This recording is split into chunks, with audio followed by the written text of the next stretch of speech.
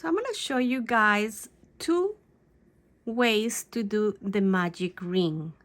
These are beginner friendly, very easy alternatives. So let's start with the first one.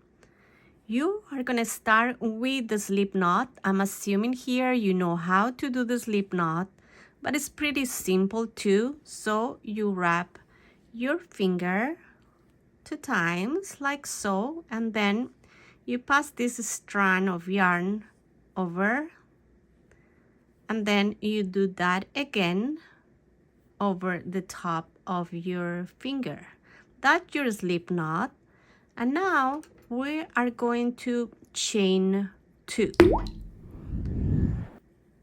So chain 1 and chain 2. Now we're gonna work our first round of stitches in the second chain from the hook right here.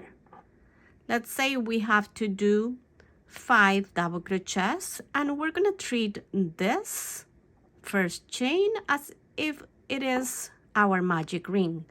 So let's say we have to do 5 double crochets. So we're gonna do it all 5 double crochets into this first chain. So this is our first, second, third, fourth, and 5. And then we're gonna close this normally as you close your first round.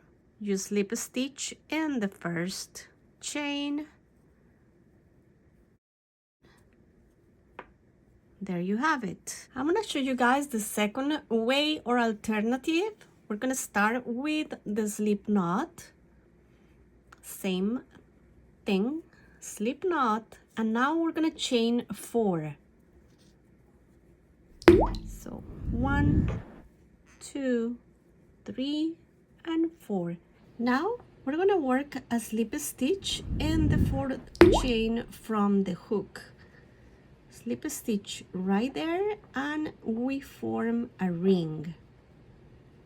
And this is the ring. We're gonna work our first round of stitches.